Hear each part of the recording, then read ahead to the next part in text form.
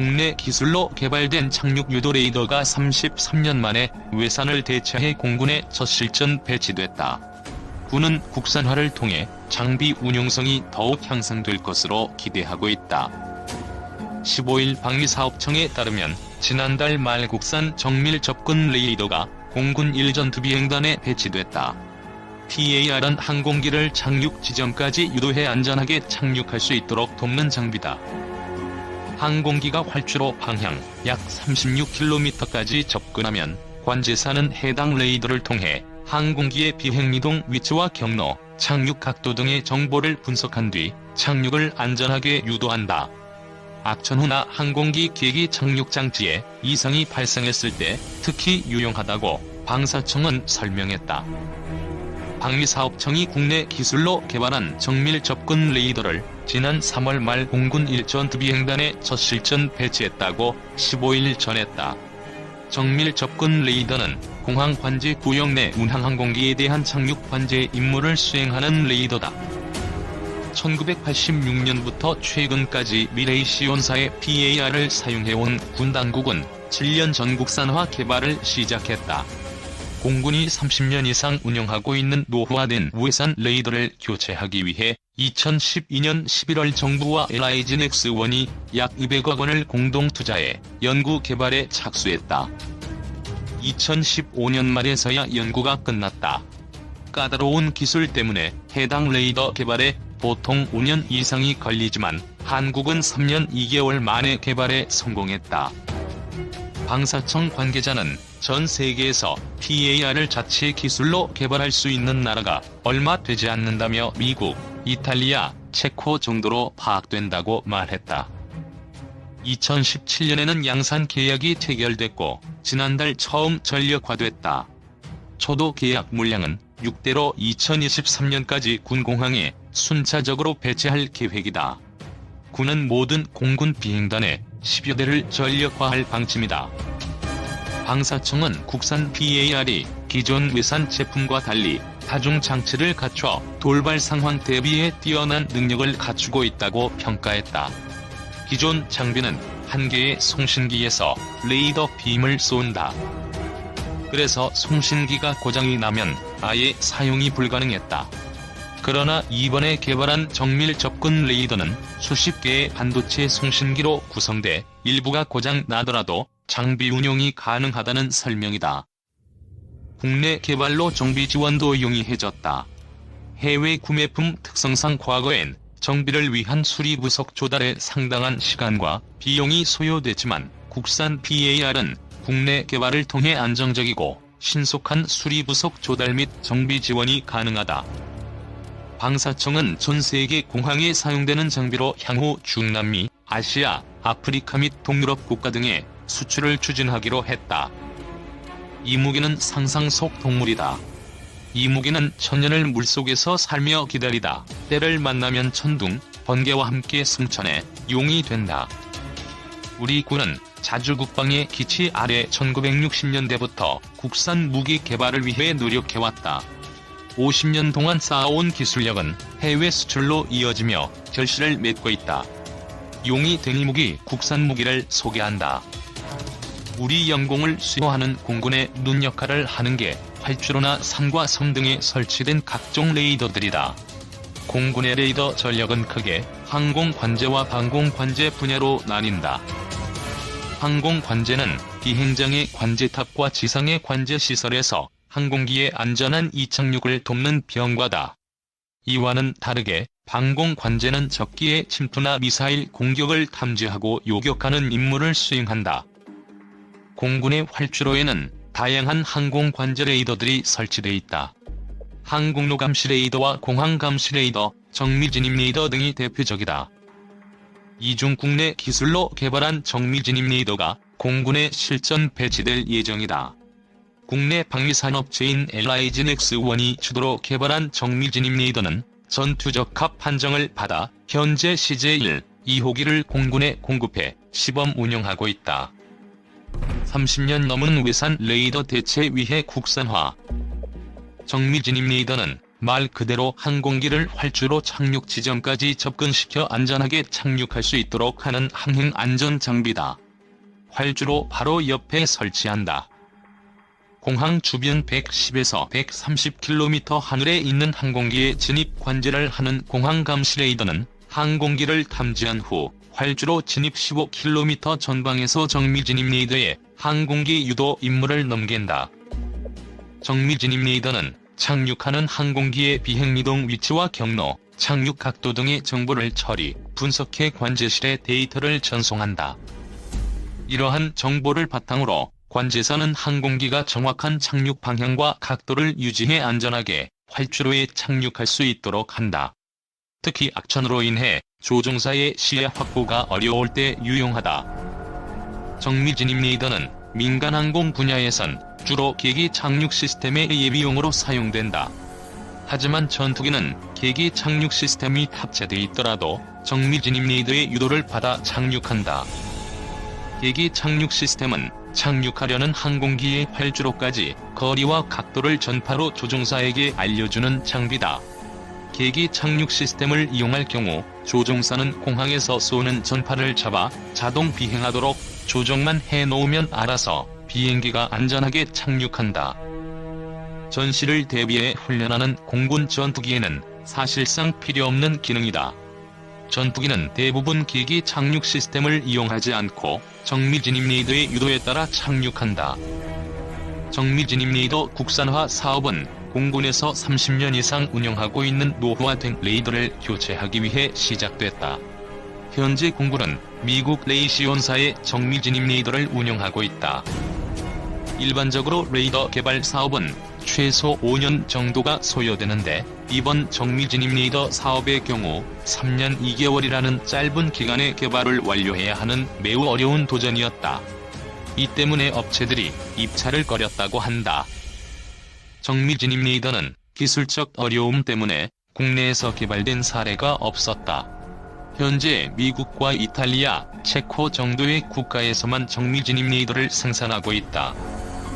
특히 공군은 단순히 항공기를 활주로에 착륙시키는 기능뿐만 아니라 특수 상황에 대처할 수 있도록 이동형 레이더 체계를 요구했다. 이런 여건 속에서 국내 기술로 연구개발한다는 것은 더욱 어려운 일이었다. 하지만 앞서 육군 방공 레이더와 공군 저고도 레이더, 울산 I급 탐색 레이더 등을 개발한 바 있는 LIGN-X1은 10년 이상의 베테랑 연구원들로 팀을 꾸려 지난 2015년 12월 국산 정밀 진입 레이더 개발에 성공했다. 최신 AESA 레이더 기술 적용, 무중단 위해 핵심 모듈 이중화. 개발 초기 연구진은 활주로 상태와 주위 지형 조건에 따라 레이더 화면에 이상 신호가 생기는 클러터와 활주로 지면에 반사돼 신호가 굴절되는 멀티패스 현상으로 골머리를 앓았다. 연구진은 이 같은 문제를 해결하기 위해 신호 처리 알고리즘을 만들어 억제 프로그램을 적용했다. 컴퓨터 시뮬레이션과 모의 표적 시험에서는 성공했던 것들이 실제 운용 환경에서는 오류가 나거나 제대로 작동하지 않는 등의 시행착오도 있었다. LIGN-X1 관계자는 정밀 진입 레이더의 기술적 난이도는 그 어떤 프로젝트보다 높았다면서 항행 안전시설로 매우 높은 정밀도와 무중단 운용이 가능해야 했기 때문이라고 말했다. 레이더는 레이디오 디텍션 앤드 레인징의 약자로 쉽게 말해 전파를 이용해 물체를 탐지하고 거리를 측정하는 장비다. 레이더의 원리는 반사다. 안테나로 전파를 허공에 쏘아 보냈을 때 만약 그 허공에 아무것도 없다면 전파는 그대로 허공으로 사라지겠지만 만약 그 자리에 물체가 있다면 전파는 물체 표면에 반사돼 되돌아온다. 이때 처음 전파를 쏘아보내서 되돌아온 시간을 측정하면 표적과의 거리를 알 수 있다. 레이더는 표적 스캔을 위한 안테나 빔 주사 방식에 따라 기계식과 전자식으로 구분된다. 기계식 레이더는 접시 모양의 안테나가 기계적으로 움직이면서 표적을 탐지하는 것으로 옛날 방식이다. LIGN-X1이 개발한 정밀 진입 레이더는 전자식 레이더로 안테나 장치에는 TR 모듈이라고 하는 수백 개의 반도체가 붙어 있다. 이 모듈이 바로 전파를 수신하는 장치다. 빔의 방향을 전자적으로 바꾸는 최신의 능동 전자 주사 배열 레이더 기술이 적용됐다. 높이 7m, 폭 2m 크기의 정미진입 레이더는 끊김없이 임무를 수행할 수 있도록 이중화가 돼 있다. 레이더 내부 핵심 모듈이 복수로 탑재돼 있다는 의미다. 한쪽이 고장나거나 파괴되더라도 임무 수행이 가능하다. 전력 차단 시 무정전 전원 장치가 가동돼 일정 시간 동안 전력을 공급한다. 또 전자파가 많이 발생하는 공항 환경에서의 레이더 신호 처리 기술과 고도의 데이터 처리 및 전시 기술을 통해 3차원 항적 정보를 제공한다. 방위각 레이더 및 고각 레이더를 동시에 운영할 수 있는 것도 특징이다. LIG 넥스1 관계자는 국내 최초로 개발된 정밀진입 레이더를 통해 초정밀 레이더 기술 노하우를 쌓을 수 있었다면서 국산 부품을 적용했기 때문에 향후 종합 군수 지원 능력도 확보할 수 있게 됐다고 강조했다. 2. 해군이 차기 상륙함을 계속 진수시키는 이유. 2017년 11월 2일 우리 해군의 천왕봉급 상륙함의 4번 함인 노적봉함이 진수되었다. 기존에 사용하던 고준봉급 상륙함을 대체하기 위해 건조된 천왕봉급은 명실공히 우리 해군의 주력 상륙함으로서 그 자리를 지켜나가게 되었다. 노적봉함의 진수로 우리 해군은 부족한 해병대 상륙 능력을 획기적인 수준으로 증강시키면서 현대 상륙 개념인 초수평선 상륙을 더욱 원활히 수행할 수 있는 능력을 갖추게 되었다. 오늘은 상륙함의 개념에 대해 알아보고 노적봉함의 운용 의의에 대해 이야기해보겠다. 현대 상륙함의 분류 기준은 매우 복잡해졌다. LST, LPD, LPH, LHD 등등 필자도 종종 헛갈릴 정도이다. 일단 해군의 함정 분류 기호에서 L자가 들어가면 이건 상륙함이란 뜻이다. 여기에 T는 탱커를 뜻하며 H는 헬리콥터를 뜻한다. D는 다크를 뜻하는데 도크가 있다는 뜻은 공기 부양정이나 LVT 등의 상륙 돌격함을 발진시킬 능력이 있다는 뜻이다. 노적 봉급은 LPD로 분류된다. 즉 랜딩 플랫폼 다크란 뜻으로 대량의 수송 병력을 운송할 능력과 원거리에서 상륙정을 발진시킬 수 있다. 그야말로 상륙작전에서 가장 기본적인 아이템이라 할 수 있다. 미국의 LPD 니슈빌 전형적인 LPD의 모습을 하고 있다. LPD와 LST, LPH와의 차이.